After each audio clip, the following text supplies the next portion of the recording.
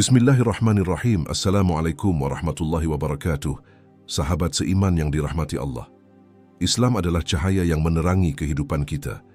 Di dalamnya terdapat petunjuk dan hikmah yang membimbing langkah-langkah kita menuju ridha-Nya. Setiap ajaran yang diturunkan bukan sekadar perintah, tetapi juga bentuk kasih sayang Allah kepada hamba-hambanya.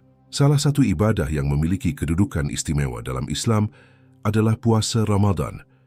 Bukan sekadar menahan lapar dan dahaga, tetapi sebuah perjalanan spiritual yang mendidik hati, menguatkan jiwa, dan mendekatkan kita kepada Sang Pencipta. Allah Subhanahu wa Ta'ala berfirman dalam Al-Quran, Surah Al-Baqarah ayat 183, Hai orang-orang yang beriman, diwajibkan atas kamu berpuasa sebagaimana diwajibkan atas orang-orang sebelum kamu agar kamu bertakwa. Sahabat sekalian, pernahkah kita bertanya, lalu kapan sebenarnya puasa Ramadan mulai diwajibkan? Apakah hanya umat Nabi Muhammad yang diperintahkan untuk berpuasa? Bagaimana dengan nabi-nabi sebelumnya? Dan seperti apa gambaran hukuman bagi mereka yang meninggalkan puasa? Di Petuah Islami, kita akan bersama-sama menggali ilmu, memahami hikmah, dan menapaki jejak para nabi yang telah menjalankan ibadah ini sebelum kita. Insya Allah, dengan ilmu yang bermanfaat, kita semakin dekat kepada Allah dan menjadi hamba yang lebih baik. Mari kita bahas bersama agar kita semakin memahami makna dan keutamaan ibadah yang mulia ini.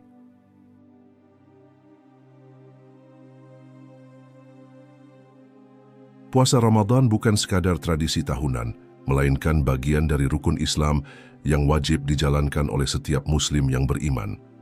Ibadah ini tidak hanya menjadi bentuk ketaatan kepada Allah, tetapi juga melatih kesabaran, kedisiplinan, serta meningkatkan ketakwaan. Bagi mereka yang sengaja meninggalkannya tanpa uzur, Allah telah menetapkan hukuman yang sangat berat, sebagaimana dijelaskan dalam hadis-hadis Nabi Muhammad. Sebelum puasa diwajibkan kepada Nabi Muhammad dan umatnya, ibadah ini telah dijalankan oleh para nabi sebelumnya. Bahkan ibadah puasa sudah ada sejak zaman Nabi Adam. Beliau berpuasa pada hari-hari tertentu sebagai bentuk ketakwaannya kepada Allah dan sebagai bagian dari perjalanan spiritualnya dalam memahami kehidupan dan pengampunan Allah. Selain Nabi Adam, Nabi Nuh juga menjalankan puasa yang kemudian dikenal sebagai puasa Ashura. Puasa ini dilakukan sebagai bentuk rasa syukur setelah selamat dari banjir besar yang melanda kaumnya. Rasulullah SAW bersabda, puasa yang paling utama setelah Ramadan adalah puasa pada bulan Allah, yaitu Muharram, dan salat yang paling utama setelah salat fardu adalah salat malam. Hadis riwayat Muslim. Tak hanya itu, Nabi Daud juga memiliki ibadah puasa yang unik, yaitu puasa selang-seling, sehari berpuasa, sehari tidak. Puasa ini dikenal sebagai puasa Daud, yang disebut oleh Nabi Muhammad sebagai puasa terbaik karena mencerminkan keseimbangan antara ibadah dan kebutuhan fisik. Rasulullah bersabda, puasa yang paling dicintai oleh Allah adalah puasa Nabi Daud. Beliau berpuasa 1 hari dan berbuka 1 hari. Hadis riwayat Bukhari dan Muslim. Selain itu, Nabi Musa juga menjalankan puasa selama 40 hari di Gunung Tursina sebagai persiapan menerima wahyu berupa kitab Taurat. Dalam periode ini, beliau benar-benar fokus dalam bermunajat kepada Allah, menghindari segala bentuk godaan duniawi, dan menguatkan diri secara spiritual. Tradisi puasa ini hingga kini masih dilakukan oleh sebagian umat Yahudi dan Nasrani dalam bentuk puasa yang berbeda-beda, menunjukkan bahwa puasa adalah ibadah universal yang telah ada sejak dahulu kala. Setelah Nabi Muhammad hijrah ke Madinah, beliau melihat orang-orang Yahudi menjalankan puasa Ashura sebagai bentuk peringatan atas keselamatan Nabi Musa dari kejaran Fir'aun.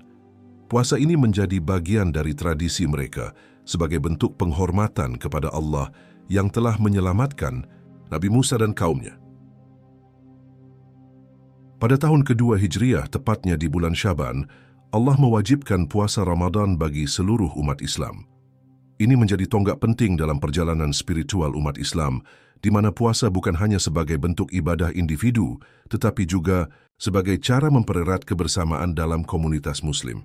Allah Subhanahu wa Ta'ala berfirman, beberapa hari yang ditentukan itu ialah Bulan Ramadan, bulan yang di dalamnya diturunkan permulaan Al-Quran sebagai petunjuk bagi manusia dan penjelasan-penjelasan mengenai petunjuk itu dan pembeda antara yang hak dan yang batil. Quran Surah Al-Baqarah ayat 185. Pada awalnya, umat Islam diberi pilihan antara berpuasa atau membayar fidyah bagi yang tidak mampu. Namun, kemudian aturan ini berubah, di mana setiap Muslim yang sehat dan mampu diwajibkan berpuasa penuh selama bulan Ramadan. Hal ini menunjukkan bahwa Islam memberikan kelonggaran pada awalnya agar umat Muslim dapat beradaptasi sebelum diwajibkan sepenuhnya menjalankan puasa. Dalam sebuah hadis, Nabi Muhammad menceritakan sebuah pengalaman spiritual di mana beliau diperlihatkan gambaran hukuman bagi mereka yang sengaja meninggalkan puasa. Dalam penglihatannya, beliau melihat sekelompok orang yang digantung pada pergelangan kaki mereka dengan wajah yang sangat menyedihkan. Mereka adalah orang-orang yang dahulu dengan sengaja membatalkan atau meninggalkan puasa tanpa alasan yang dibenarkan. Rasulullah SAW bersabda, "Barang siapa yang berbuka satu hari di bulan Ramadan tanpa uzur dan tanpa sakit, maka ia tidak dapat menggantinya dengan puasa setahun penuh, walaupun ia melakukannya." Hadis riwayat Abu Daud, Tirmidzi dan Ibnu Majah. Hukuman ini menunjukkan betapa pentingnya ibadah puasa dalam Islam. Meninggalkan puasa dengan sengaja tanpa uzur yang dibenarkan dianggap sebagai tindakan yang melanggar perintah Allah, sehingga balasannya pun sangat berat. Hal ini menjadi pengingat bagi kita semua untuk tidak menganggap remeh ibadah puasa dan tetap berusaha menjalankannya dengan sebaik mungkin.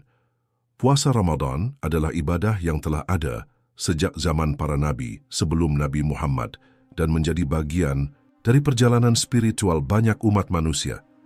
Dengan memahami asal-usulnya, kita dapat lebih menghargai nilai-nilai yang terkandung dalam ibadah ini. Selain itu, adanya ancaman hukuman bagi mereka yang meninggalkan puasa tanpa uzur semakin menegaskan betapa pentingnya menjalankan ibadah ini dengan penuh keikhlasan dan kesungguhan. Oleh karena itu, marilah kita memperbaiki diri, memperbanyak ibadah, dan meninggalkan segala perbuatan yang tidak diridai Allah. Semoga Allah menerima semua amalan baik kita dan membimbing kita menjadi pribadi yang lebih baik. Amin ya Rabbal Alamin. Wallahu a'lam bishawab.